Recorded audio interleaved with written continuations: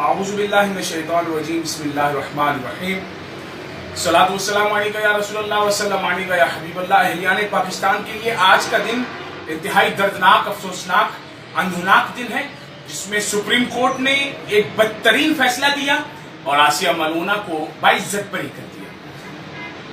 آج کا یہ دن پاکستان کی سالمیت کے لیے، پاکستان کے مستقبل کے لیے بہت بڑا سوالیہ نشان لگا ہے۔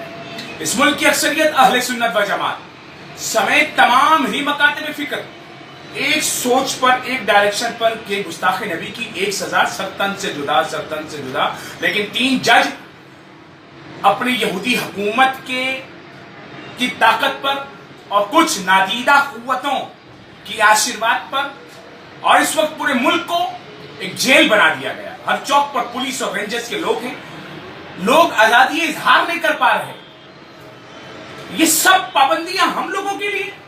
سپریم کورٹ جو مرضی غلط فیصلہ دے، ہم ان کی عزت کیوں کریں سپریم کورٹ کے ججوں کی عزت؟ جو حضور علیہ الصلوۃ والسلام کی عزت پر پہرا نہیں دے رہے، ہم ان کی عزت کیوں کریں؟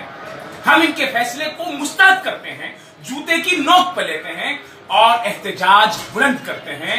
ہم ایسے کسی فیصلے کو تا قیامت تسلیم نہیں کریں گے، اور ثاقب نثار، آصف کھوسا، ان سب کا انشاءاللہ عز و جل وہ رب جو سب سے بڑی قوت والا رب ہے، بیڑا غرق کر دے گا۔ ہم دیکھ رہے ہیں ان سب کی اکڑ اس کی پکڑ سے 1 منٹ میں نکل جائے گی۔ تاجدار ختم نبوت زندہ باد، زندہ باد۔